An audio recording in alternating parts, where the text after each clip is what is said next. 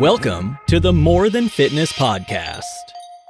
And welcome, ladies and gentlemen, to the May 2021 DrunkCast with your boy, Matt McLeod, on the More Than Fitness Podcast. I've got my old fashioned right here. I've got some 1792 bourbon, and I'm going to take a quick sip before we dive into things. Gosh, make a solid drink, if I do say so myself. So for those of you who don't know what the DrunkCast is, it's simply a Q&A podcast where I answer your questions about diet, exercise, life, relationships, career, utter nonsense, and I do that while intoxicated. So today I've had about 2 glasses of wine, 2 glasses of red wine, Cabernet. I made myself a filet mignon dinner earlier, had some potatoes, had some broccoli, had some steak, some Diet Coke. And for those of you on the video podcast, you guys know I always have the trifecta here. The trifecta is, in this situation, we've got an old fashioned, so that's our alcohol. That's one part of the trifecta. The other part of the trifecta is the caffeine aspect of that, and of course, I've got the OG, I've got the Diet Coke, and then of course, as usual, the one that's constant, we've got some good old quality H2O to keep us hydrated, to keep us not from getting too loosey-goosey while on the DrunkCast, because that's definitely happened before. My words are already, I'm not going to lie, I'm feeling a little buzzed, I'm feeling a little loosey-goosey, and as these drunk casts typically go on, I tend to get a little bit more loosey-goosey because I drink more of the alcohol, and that's why the questions get really interesting towards the end, so make sure you listen all the way through. So first, I'm going to take a cautionary drink of the H2O to keep things level throughout this entire DrunkCast. So one quick. Here we go, guys. Here we go. This is what you guys asked for. You guys like the DrunkCast. We're going to do the DrunkCast. It's going to get a little sloppy for your boy, but that's okay because I enjoy doing these. You guys enjoy them. I like answering your questions. I appreciate you. And now it's time for some water. So you know what it means. It means a sippy sip.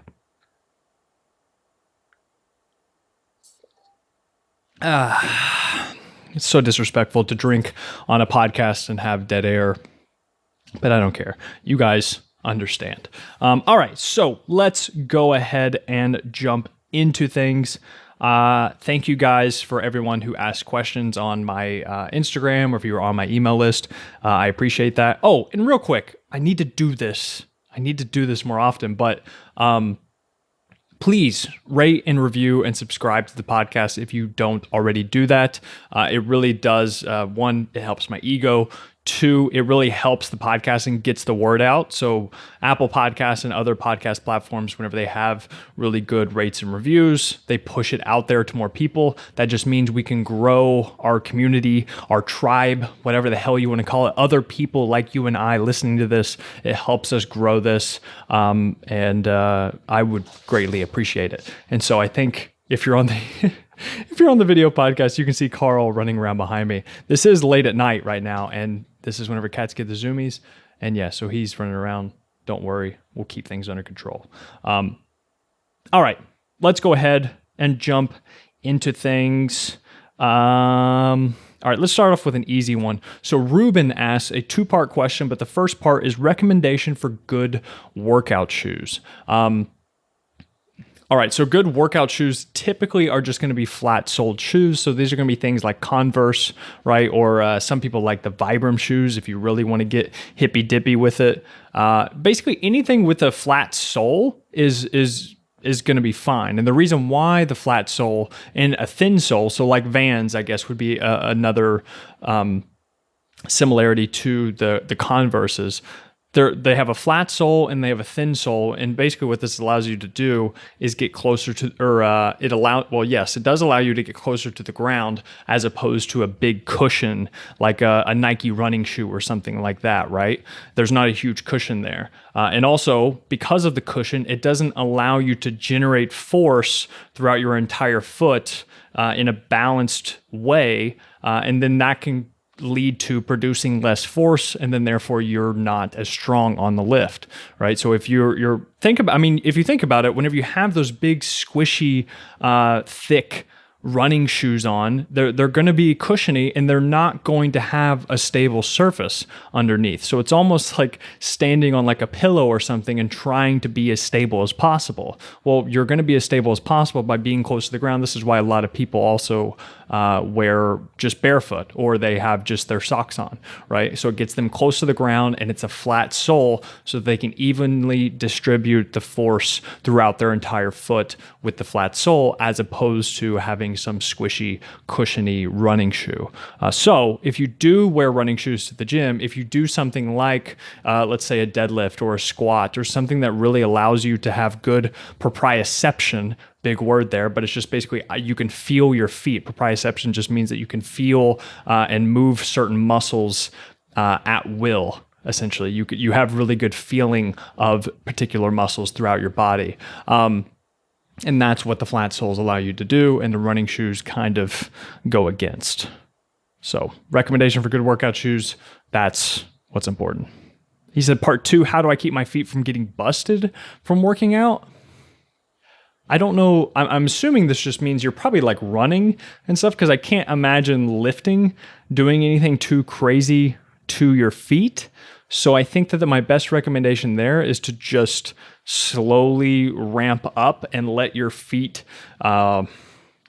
build calluses, and probably, so it's probably not a good idea to go from a really cushiony Nike running shoe to like Vibram 5-finger shoes where you're like really close to the ground and it's just a very thin layer between your foot and the ground, because then it's kind of, you're making a big leap there and you're probably going to end up hurting your feet and it's going to feel terrible. So just gradually adjust your work with the certain shoe that you're wearing. And if you are going to wear a different type of shoe, just try to do it gradually, right? So maybe not the best answer, but I think it's just about slowly ramping that up and not doing anything too crazy, because your feet need to adapt to the work that you're putting it through over time, right? Okay. So let's go to so Ruben, thank you for your question. Appreciate it. Let's go to the next question from Ashley.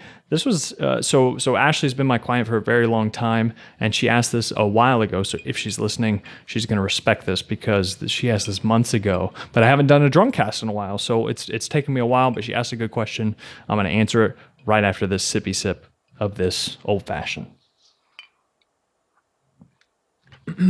Old fashioned, and then also I'm going to take a little bit of the Diet Coke because I need the caffeine, need to keep me going. And clearly, I really hope you guys can see Carl jumping and running around behind me, because this is what he does late at night, and I don't care to show it. Hopefully it's not too distracting. But all right, sippy sip of this. Let's get into the next question.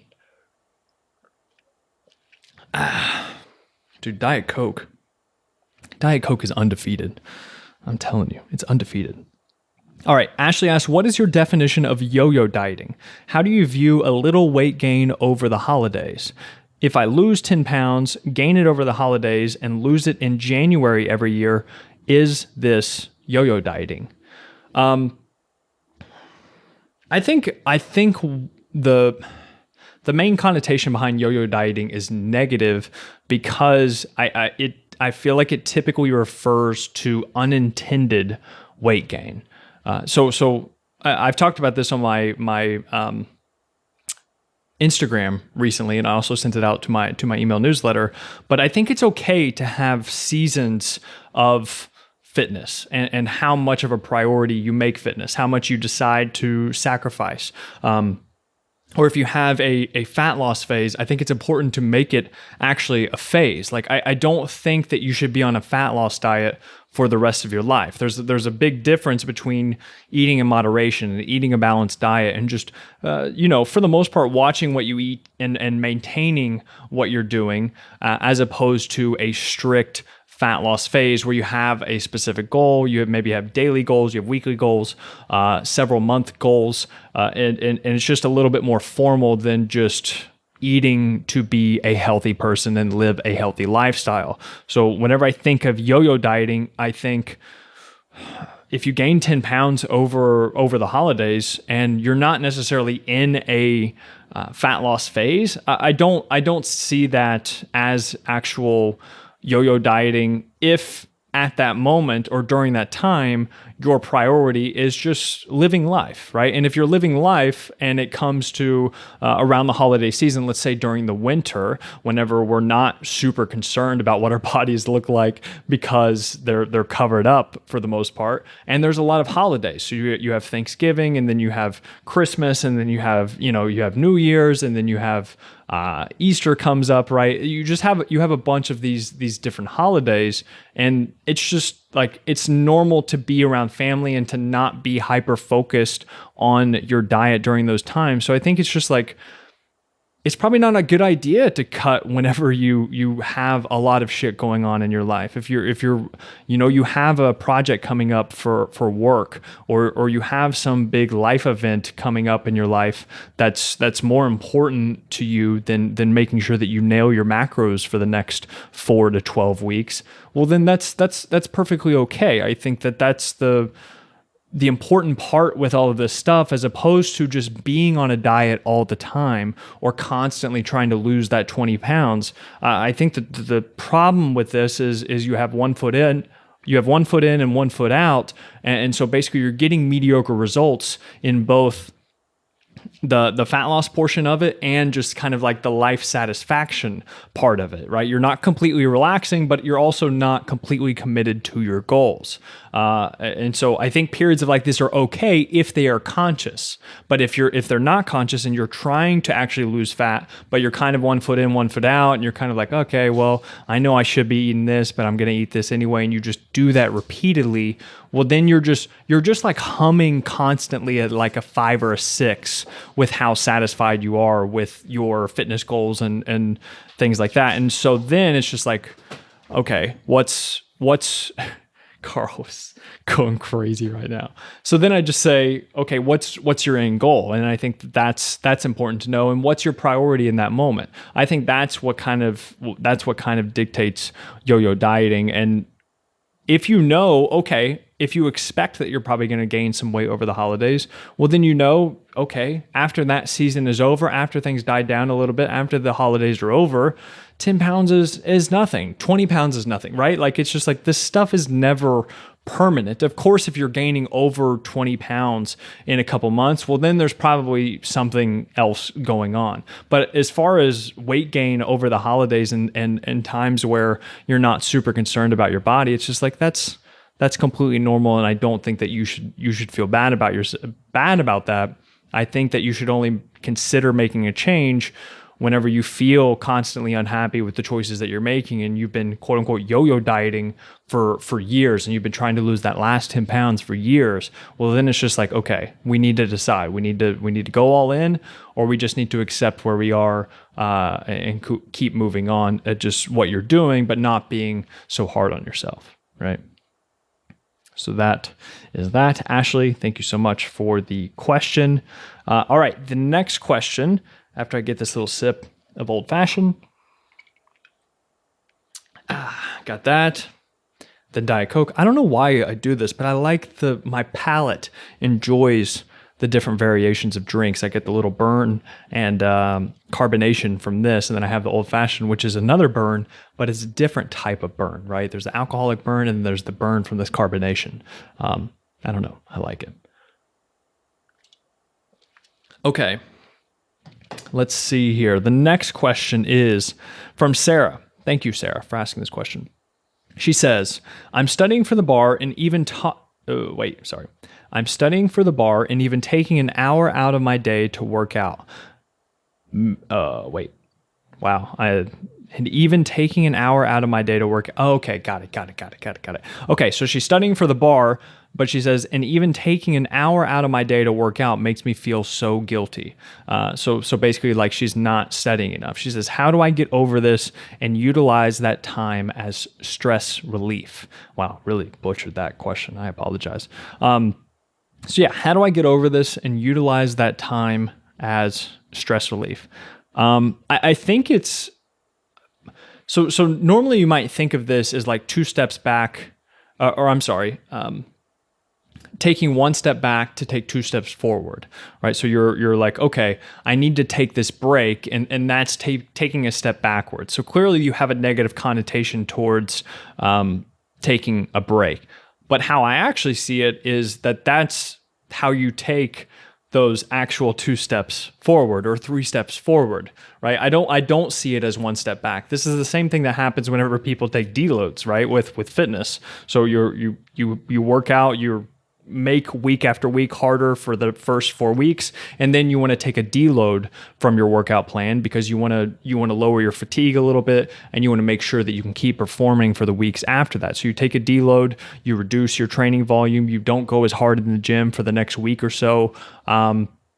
And people see that as one step back to take 2 steps forward, but I simply don't think that is the case, because here's the thing. If you went those 4 weeks and your fatigue was really high, and then you kept going in weeks 5, 6, and 7, well, then maybe by week 7, your fatigue has built so high that then you get injured, and then it takes you way down a notch, and then you have to spend the next 12 weeks rehabbing your shoulder or your knee, right? Or your low back, right? Because you got injured. And so then it's like, okay, if you took that path, is that still actually, is that still steps forward? Or with the deload, is that what's absolutely necessary to make sure that weeks 5, 6, 7 are injury free, your performance is still raising, your fitness is still raising? It's like, without that deload, you wouldn't be able to continue to progress like that.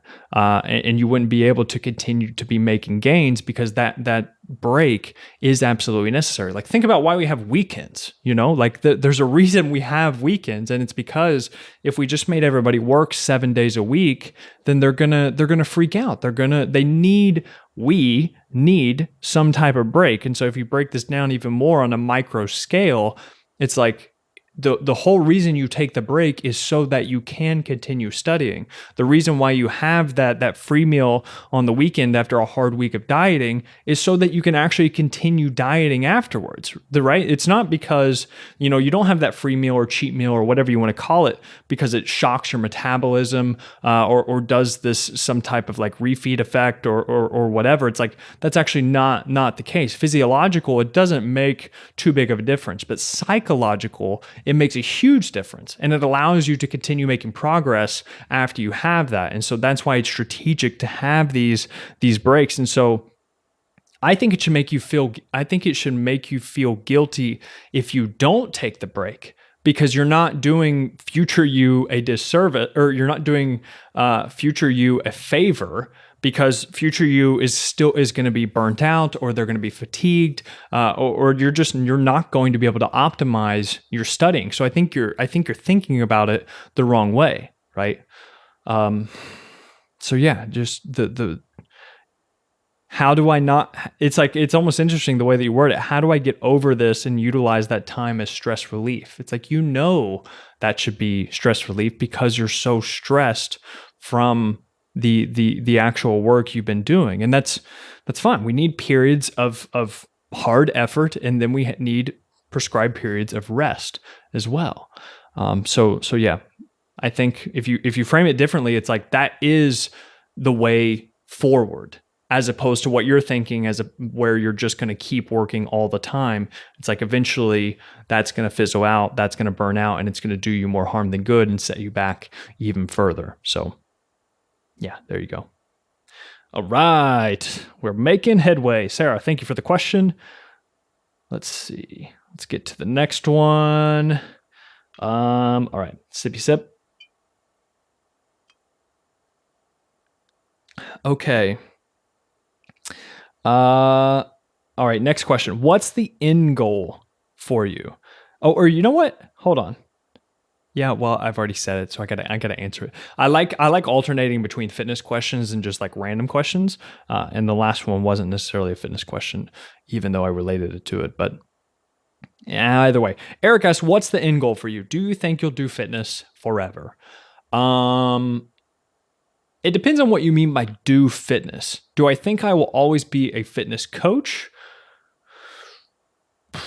Not necessarily. No. Whenever I hear myself say that, I don't think so. If I'm going to be 100% honest, I don't think so, simply because I'm transitioning through just different desires in what I want to do out of life. And I don't want, I'm going to try and make this as valuable as possible for you guys. But I think one thing that's interesting about this question is that some part of me feels obligated to always be proud of that fitness coach identity, or not necessarily be proud of, but identify as that. Of course, I'll always be proud of the work that I do and the work that I have done as a fitness coach, and I admire the people in the field. But as far as it being a part of my identity, I feel like you always want to, or I don't know, I feel like other coaches and other personal trainers have this almost honor and pride behind being a coach. And anytime they try and stray away from that, then they feel like they're being sleazy, or they're selling out, or they didn't actually care about these certain things. And I don't think that's true. I think we go through these evolutions about things that we care about. And you know what's interesting is I've noticed that it's like, whenever you come out of high school and college, basically you're just trying to gain some status, and you're trying to gain that status typically by having a good enough career, being financially independent, and that is all you care about. You're mostly career focused, you're mostly business focused. You're also probably maybe worried about having a relationship with somebody, and making sure that part of your life is covered. But then to a certain point, after you figure out some of the career stuff, after you figure out the relationship stuff, then you move into another tier. You move into another tier. I think what I'm trying to get to here is I've realized that older people, after you've figured out your career, after you have, a husband or wife or something, after you've had kids, because of course that's part of the evolution as well, if you decide to have kids, then after that, it's just like, then you start thinking about all these important topics like history or politics, and I don't know, policy, or maybe the environment, and the world, right, and society, and all these different social justice issues, things bigger than you. I guess that makes sense. But I do find it interesting that for some, like, older people always tend to care about. You see them not care about history for a while, and then you see them care about history, and they talk about these certain things, and it's just like adult shit, if that makes any sense at all. No. But what I'm saying here is that I think that we should give ourselves permission to have these evolutions in life, have these evolutions where we care about certain things, and we care deeply about them. But then we shouldn't feel ashamed if we decide to move to a different route simply because we want to, and because the other thing isn't making us as happy. I think that as long as it's good for you, then why not? Like, I think you should definitely try to pursue that. So no, I don't think that I will do necessarily fitness coaching forever. I think I'll definitely move into the fitness marketing side of things, and then I want to be a coach of coaches, but I don't want to do it in the traditional sense of trying to maximize profit, maximize revenue, and sales like you see in a lot of these fitness business masterminds. And I think instead I want to focus around lifestyle design, and in particular for fitness coaches who are primarily creators. So people who care about doing podcasts, who care about doing blogs, who care about writing, who care about talking on video. So maybe YouTube or something like that, doing email marketing, just things where you want to create, and maybe you want to stay a small giant. So you don't want to grow huge. You don't want to have a big team around you and manage a bunch of people, or manage salesmen or saleswomen or whatever. And you want to stay as small as possible while maximizing profits and things. It's like, maximizing profits and maximizing freedom. I think that we're going to have freedom over profits, but we still want to stay as small as possible. So that's just a small glimpse. I don't want to talk about that too much because I know it's not too applicable to a lot of you. But no, I don't see myself do fitness coaching forever. Although maybe I'll have like 5 people or something, but it won't be as many as I have now. So yeah, that's where I'm at. Okay, let's move on to the next question here. 1 second, let me get a sippy sip.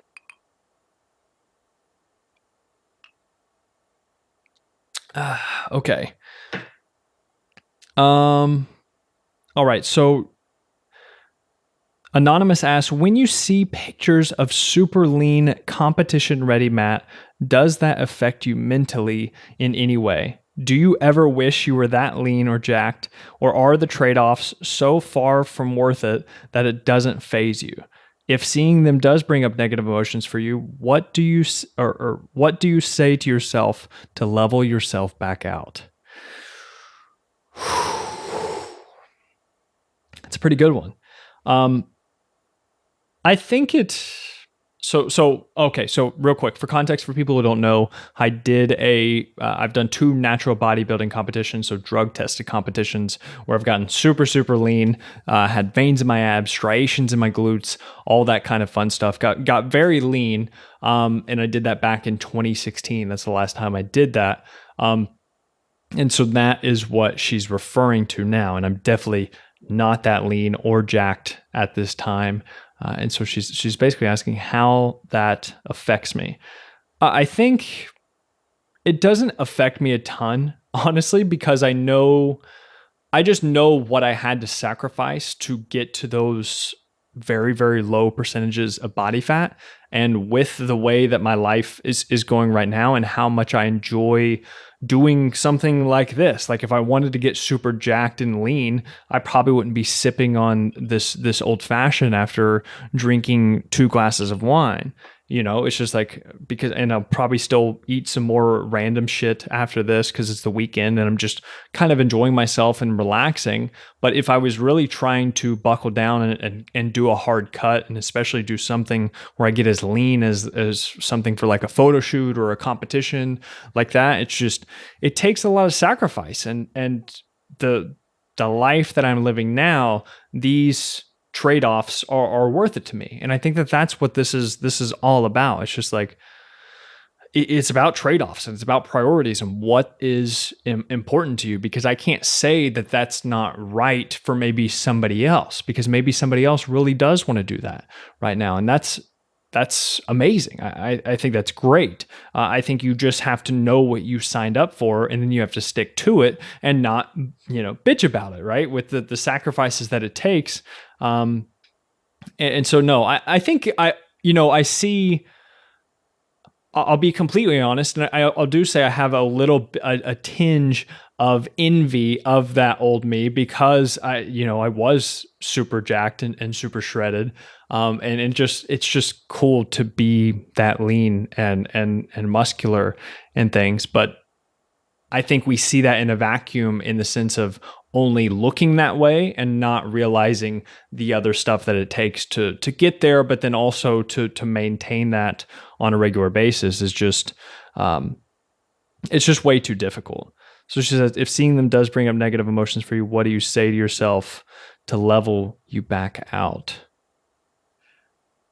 And I think it's just, it's this, like, I wouldn't be able to enjoy having the cheese tray with my girlfriend and drinking wine and having cheeses and prosciutto and laughing and enjoying myself and being lighthearted and unwinding after a really hard week. And I'm not saying you can't ever do that while in a fat loss phase, but for the most part, it's like you're going to have to limit that. And if there's certain things that come up, and if I want to go enjoy certain things or whatever, I don't want to have to limit myself just because I just don't care about it. Yeah, I really don't. Like I have a girlfriend, so it's just like I don't need to be super, and I guess either way, you don't need to be super shredded ever. But as far as, being single and being in a relationship, it's like, of course, I still care about my health. I still care about what I look like. I still want to look good. But as far as being, under 10% body fat or something ridiculous like that, it's like, no, I don't care about that. I would rather have dessert every night with my girlfriend because we think it's fun and we enjoy doing it. And that's a higher priority to me than how much body fat I have around my waist. So that's my answer there. Okay. Let's go to the next question here. A little sippy sip of that old fashioned. Let's have a sippy sip of this Diet Coke. Hope you guys are enjoying this so far. Let's see. Zach C asks, what's your biggest regret?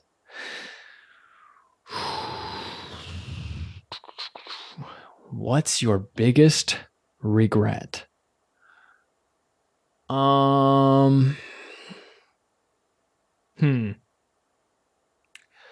That is a good question. Without getting too personal about certain things, about what I regret, I would say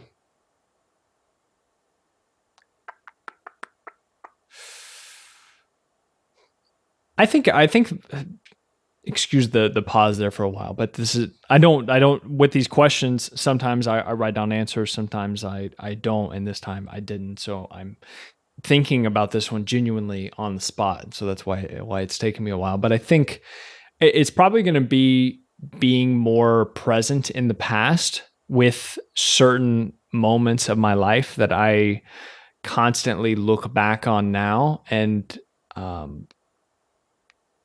like I had a great time in the past. I'm a big fan of nostalgia. Like I'm a big fan of recreating certain experiences, either on purpose or on accident, right? Like something just happens and you're like, oh shit, I remember doing this as a kid and it made me so happy. And then it makes it makes you smile in the current day. And I love that shit. I love nostalgia, and it just makes me feel really good. And I love kind of banking certain experiences in my head that I just in certain moments that are really special to me. And I wish I would have either documented them more, or I wish I would have documented them more and also been more present and more thankful for those moments, because you just don't realize how great or just how much you enjoy certain things until you don't have them anymore, right? And so I think the biggest one, just a few examples of these would be whenever I went to in 2017, whenever I went to Europe with some of my friends. We went to Amsterdam, we went to Germany, and then that same year I also went to Iceland with my girlfriend. And I think, don't get me wrong, I really enjoyed these experiences, but I really wish I would have just kind of taken inventory, which I've been trying to do here while I'm in New York. I did it towards the tail end of whenever I was in Lexington, Kentucky, before I moved to New York. I even took videos of my last apartment in Lexington, and just some of my favorite parts of Lexington, certain areas certain things that I did on the weekends, or certain restaurants maybe that I went to during the week on a regular basis. It's just, I take pictures or I take videos of certain things because I like to go back sometimes and look at those and just re-experience those. And it makes me happy. And it's the same thing that's going to happen with New York. I'm just making sure that I don't know where I'm going to be in a year, 2 years, 5 years, whatever. So it's just, I think it's pertinent that wherever you are right now, to make sure that you really do cherish it. Because I even think if you look back on it, good and bad times, you both, like both of those. If it's bad, you can look back, you can laugh about it, you can say that was crazy, but you got through it, so you feel good about that. But it's just those really emotional experiences in your past that really stick with you. And I think that whenever you're going through them, you just don't realize how much fun they are.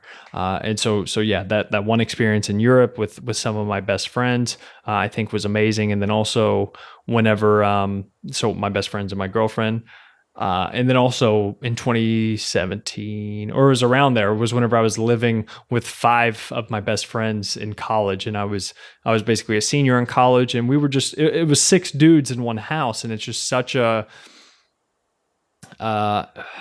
you look back and you're just like, dude, we didn't have anything. We didn't have anything to worry about. There was nothing really to worry about. We were worried about getting our homework done, but then the rest of the day, it's like the main thing that we were excited about was just all going to the gym together for like 2 hours, 6 days a week, right? We had our gym crew, and then we would come back, and then we would hang out. And get into shenanigans that you do whenever you're in college, right? And you think that you have a lot going on, but you actually don't have shit going on. You have tons of free time. You just don't even realize it. And so it's just things like that where I wish I could have been a little bit more present.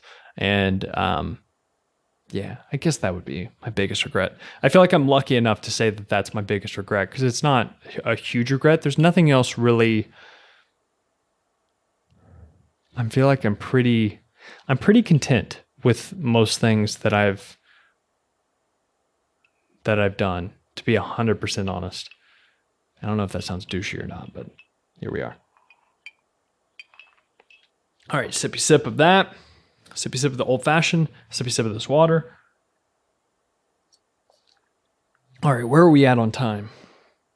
36. All right, I think I'm not gonna end this yet, but I'm gonna answer a few more, and then I'm gonna wrap things up.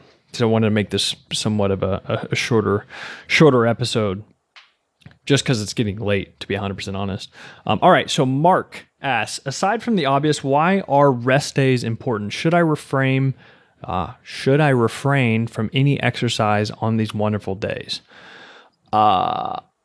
So going back to the other point, whenever I was talking to Sarah about taking a break from studying, that's why rest days are important. And so he said, aside from the obvious, so I'm assuming the obvious means like, hey, this means that you rest from training, you can lower your fatigue, and you can allow yourself to lift harder on other days.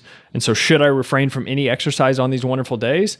I think that you should for sure at least have one full day where you do absolutely nothing related to fitness. So you don't have like an active recovery day, or you don't do abs or calves and forearms, or go for a jog or something like that. Like a walk, I think that would be fine. But other than that, it's like no type of formal exercise. And that's, I think, supported in the literature as well. It's like anything above. Yeah, everybody who goes from 6 days a week to 7 days a week of workouts, the injury rate just skyrockets. So definitely have at least 1 day a week where you're doing absolutely nothing. Other than that, I think that you can do small things like I mentioned. So you can go for walks. I think that whenever you have active recovery days or something like this, where you maybe get your heart rate up a little bit, you maybe do some moderate intensity cardio for 20 to 30 minutes, nothing that crazy. Maybe you do a little bit of abs, maybe you do some mobility exercises, you do a little bit of foam rolling, maybe you do some static stretching. But the goal here with these types of workouts is to leave the workout better than, the idea is to leave the workouts better than whenever you went in. So you're feeling good. So you're feeling okay whenever you go into the workout, but then going out of the workout, I want you to be feeling really good. And so this is, or maybe you get in the sauna, right? That's going to give you a little bit of a sweat. It's going to make you feel better. You know what? It's kind of like, active recovery days, I feel like, are the days that you normally have after you have a hangover. I don't know if that's genius or stupid, but I feel like that's true, because whenever you have a hangover, you're not going to, typically, you're not going to go in the gym and crush it, but you're going to go in, maybe you're going to do some cardio, maybe you're going to do some sauna, maybe you're going to do some arms or shoulders or just random exercises that aren't super difficult. Maybe you're going to do some machines, right? You're not going to do like heavy deadlifts the day after a heavy bender of drinking, right? And so that's how I kind of want you to think about these active recovery days. And the thing is, with those hangovers, like you have the hangover, then you go to the gym. Whenever you leave the gym, you're feeling great. You're feeling, or maybe you're not feeling great, but you're feeling better than whenever you went in, right? And I think that's the key here, right? You sweat it out, you move around a little bit, you get the juices flowing, you get the gears going, and you just feel better afterwards. So yeah, that's my answer there. Should I refrain from any exercise on these wonderful days? For the most part, yes. If you're lifting more than 4 times per week, then yeah, just take the days off. You'll be okay. And also, if it's such a big deal to you that you have to take a rest day, well, then maybe you're not going hard enough on the actual lifting days. If you always want to work out 7 days a week, right? Well, then you might not be lifting hard enough to really feel like you need that rest day. So there you go. All right. Oh, this is a good one. This one is from Mal. Actually, this is from my girlfriend. This is so great. She has good questions. She really does. Okay, so she asks, what is a character trait you admire in others that you don't have yourself? That's a good one. What is a character trait you admire in others that you don't have yourself? I think it would definitely be somewhere along the lines of like assertiveness or assertiveness, aggression in general. I feel like I'm very high in openness and I'm very high in agreeableness. And so it's just like, it's very, very difficult to make me upset. And the problem with that is not whenever it's necessarily about me, but whenever it's about somebody else that I'm with, or if it's about, where I should stick up maybe for somebody else. And don't get me wrong, I definitely do stick up for people, but I think,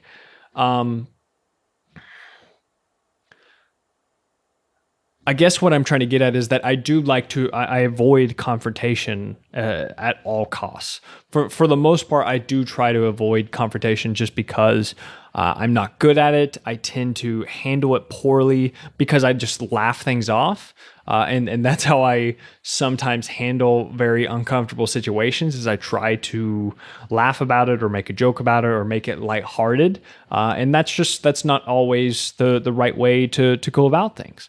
So I think, what is a character trait you admire in others that you don't have yourself? Yeah, I think it's being aggressive and being assertive, and really, and again, yeah, I don't think this is much about standing up for other people as it is for standing up for myself. I'm very comfortable with people making fun of me or whatever. But I think that sometimes maybe I can let it go too far and I'm actually not okay with it, but because I want to avoid the confrontation in the first place, I don't want to say anything or start any shit or anything like that. Or really, you know what? Actually, it's probably more so about like speaking up about a topic that I'm really, not necessarily, I guess, yeah, passionate about, or something that I care about, some type of value that I care about or that I think is right, and somebody else talks shit about it or talks shit about the idea. I don't stand up for it whenever I should, if that makes, yeah, I think that's right. So yeah, that's the character trait. Okay. I think we're almost done here. Let's see. What is the most valuable lessons and experiences playing football in a team gave you? That is a good question. What is the most valuable lessons and experiences playing football in a team gave you? I feel like this is actually one where the nostalgia, the being present, dude, being on a high school football team that you actually, you guys were, I don't even think it matters if you were good or if you were bad, but if you just took it serious and you played, and this doesn't have to be football, but any type of sports team whenever you were in high school, or any type of group even that you were in for a long period of time, and you were, whatever, quote unquote, in the trenches together, I think it's such a valuable experience to just cooperate with that many different people. And especially on a football team, you have so many different eccentric characters and types of people, right, that you have to get along with, and that you form this companionship and brotherhood with, or if it's a different group of women's basketball sisterhood, right, you develop this friendship that I think is unmatched in other areas.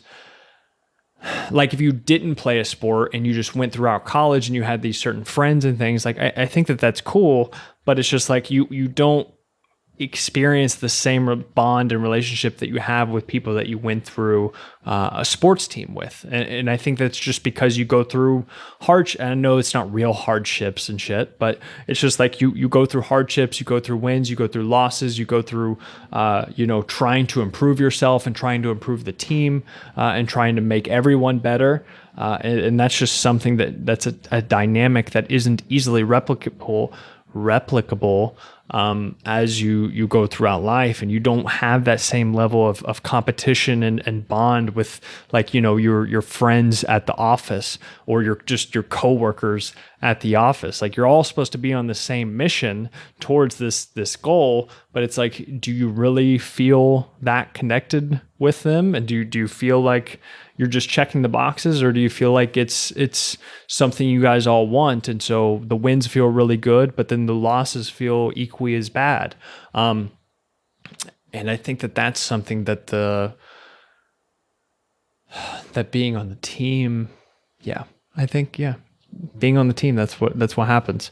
You get the feeling of people having your back and doing your job and doing your role. I think that's a big part too, is like, you have a job, and especially, so me playing high school football, it's like there's 11 people on the field, or there's 11 people on your side of the field, and every single one of you has a job. And if every single one of you does your job, well, then you have the most likelihood of success, right? And that type of cooperation. So it's personal responsibility, but then it's also working together as a unit. And it's like, that's, you bring that to a broader scale with society and things. It's like, that's what we're all trying to do. We're all trying to find our place in the world and do our part, but then we're also trying to make the community is better as well. We're trying to make our family and friends do better as well. And that's how I feel like I got very deep. But yeah, I feel like that's some of the valuable lessons from playing football. Okay. I think that is going to be the last question. We are going to wrap things up there. It's getting late. Hope you guys enjoyed that DrunkCast. Hope I wasn't too intoxicated. Hope I gave a few good answers there. Thank you guys so much for asking your questions. And again, please rate and review, subscribe, all that kind of fun stuff. Leave a comment if you're watching on YouTube if you enjoyed it. And yeah, thank you guys so much, as always, for listening and for watching. Until next time, see ya.